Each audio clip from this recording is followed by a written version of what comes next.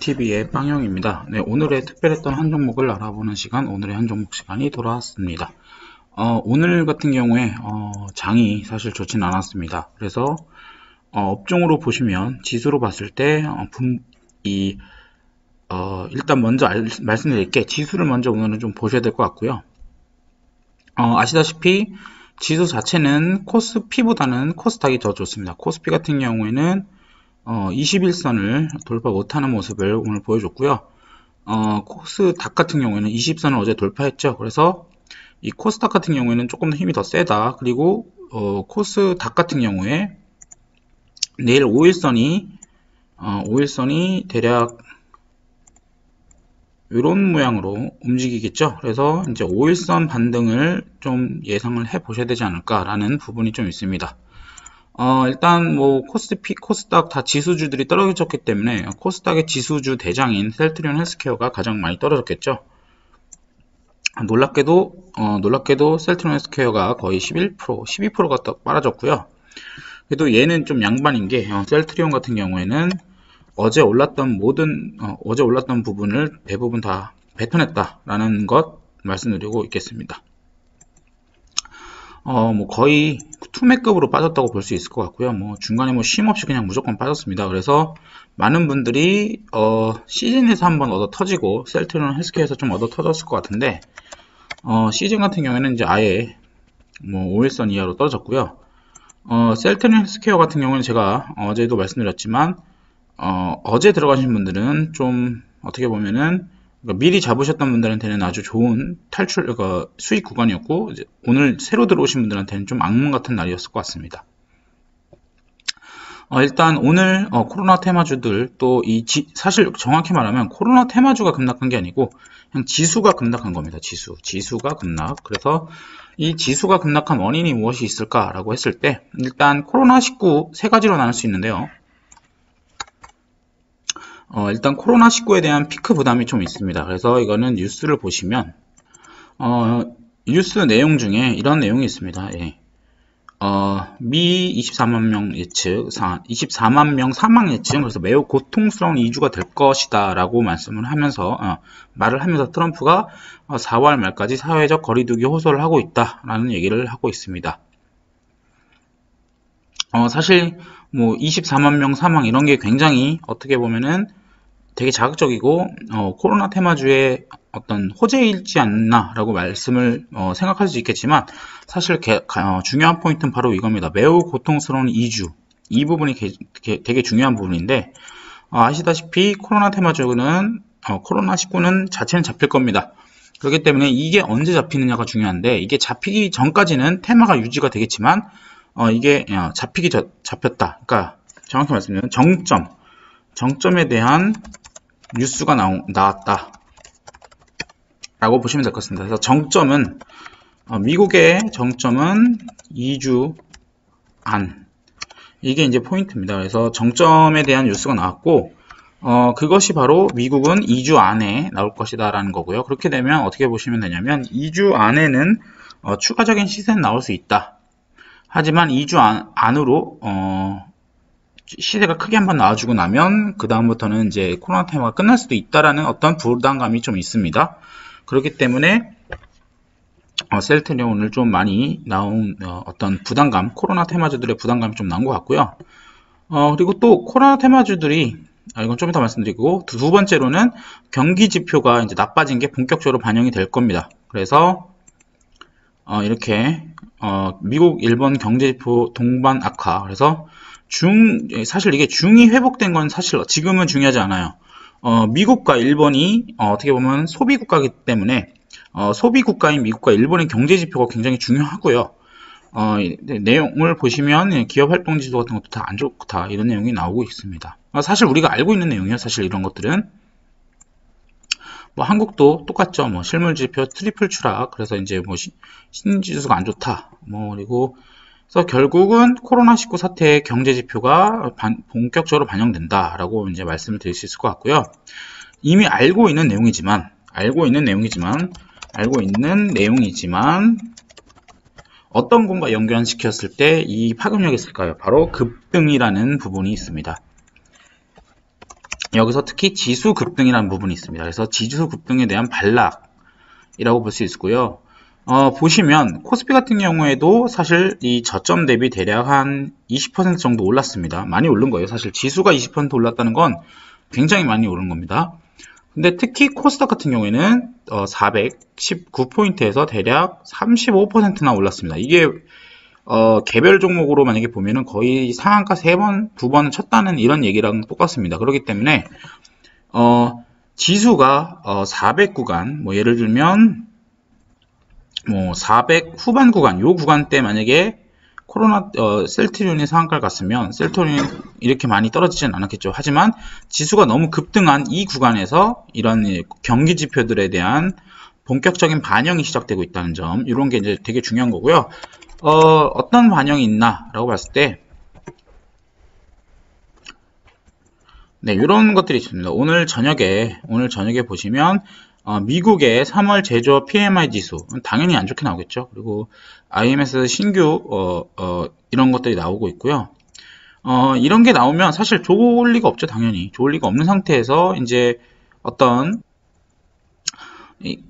좋을 리가 없는 상태에서 이렇게 이런 급등한 종목들에 대해서 이제 부담감이 있는 분들, 그런 분들 이제 내려친다라고 보시면 될 것 같습니다. 쉽게 말해서 내일 미국장이, 오늘 밤 미국장이 좋지 않을 것 같고 경제 지표 안 좋은데 내가 굳이 이렇게 상한가 간 종목을 들고 있을 필요가 있느냐 하면서 던진 물량이 있다, 이런 거죠.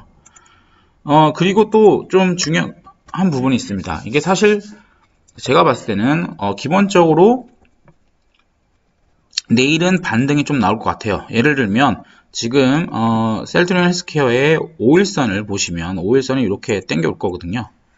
예, 5일선이 이렇게 땡겨오겠죠. 그래서 내일 5일선 같은 경우에는 좀 각이 좀 높아지겠습니다. 갑자기 급등을 했기 때문에. 그래서 지금 내일 5일선을 지키는 그런 모습이 한번 나와줄 가능성이 있습니다. 물론 주가가 뭐 여기를 돌파한다 이런 건 아니고요. 전고점, 오늘의 고점을 돌파한다 이런 개념은 아니고 그냥 반등, 그 정도로 나올 수 있을 것 같고요. 사실 셀트리온이 반등이 나와주면 일반 잡주들은 거의 상한가까지 한번 나와줄 수 있는 값도 나옵니다. 그렇기 때문에 그런 걸 좀 기대해 보실만 하고요. 일단 중요한 부분은, 일단 내일 만약에 반등이 나오더라도 주도 테마, 지금 현재 주도 테마는 바로 코로나 테마인데요. 코로나 테마 중에서도 대장주가 아작난 것들에 대해서는 건들지 마시라고 제가 말씀드리고 싶습니다. 대장주는 다들 아실 거예요. 대장주가 뭐가 있죠? 뭐 시젠, 진단키트는 시젠이죠. 진단키트는 시젠, 마스크는 50 웰크론, 치료제는 일단은 저는 대형주로서 대장주고 대형주인 셀트리온 셀케를 보고 있습니다. 그래서 보시면은 50을 먼저 볼까요? 50 같은 경우에 뭐 이거는 말씀을 안 드려도 좋을 겁니다. 이미 이 급등 나온 구간에서 5일선을 다 깨고 지금 이제 바닥에서 데드캣이 나오는 그런 구간인 걸 다들 아실 거예요. 그리고 웰크론 같은 경우에도 좀 차트가 나쁘진 않습니다. 사실 근데 웰크론 같은 경우에는 그래도 좀 살아있네요. 5일선 깨진 않았으니까요. 그리고 최근 나왔던 진단키트 시젠 같은 경우에 오늘 화끈하게 5일선 밀어주는 모습을 보여주고 있습니다. 그래서 시젠 같은 경우에는 오늘 단기적으로 요 갭자리 반등이 살짝 나온 상태입니다. 그래서 갭자리 반등이 나와 있고요. 이런 종목들은 내일 상단 그 어떤 목은 만약에 반등이 나오더라도 한 10만 3천원에서 10만 9천원 구간까지 정도밖에 못 오를 것이다. 왜냐? 10만 3천원은 갭자리, 10만 3천원은 갭자리고요. 10만 9천원은 5일선 자리입니다. 그래서 이런 자리는 사실 이 기업이 엄청나게 좋은 재료가 있어도 이런 어떤 기술적 저항 라인들에 대해서는 쉽게 돌파를 못 하는데, 이 기업 같은 경우는 지금 당장은 악재밖에 나올 게 없기 때문에 이런 자리에서 이제 어느 정도 이제 상승에 제한이 걸릴 것 같다라고 말씀드립니다. 그래서 사실 이 시즌에 뭐 제가 이런 자리를 맞춰드리려는 게 아니고 5일선이 깨졌다 그러면은 얘도 주도 테마지만 코로나라는 주도 테마 안에 있는 종목이고 그 테마 안에 있는 개별 대장주지만 대장주로서는 끝났다. 그럼 대장주가 끝난 차트들을 건드리면 되지 않는다. 뭐 수젠텍 다 이런 것죠. 수젠텍이나 랩지노미스, 바이오니아 이런 것들 이제 건들면 조금 위험하다. 이런 거는 누가 건드려야 된다? 자기가 고수라고 생각하시는 분들만 건드려라. 그러면 그나마 대장주지만 아직 덜 죽은 애들이 뭐가 있겠습니까? 바로 셀트리온 헬스케어고요.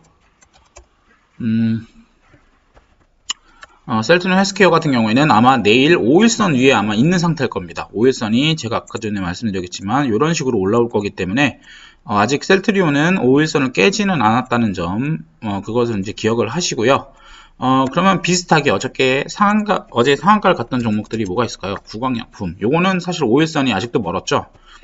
그럼 오늘 많이 물리셨을 것 같은 일양약품 같은 경우에도 오늘 5일선을 지켜주는 모습을 보여주고 있습니다. 이게 제가 이런 종목들에 대해서 왜 답변을 드리냐?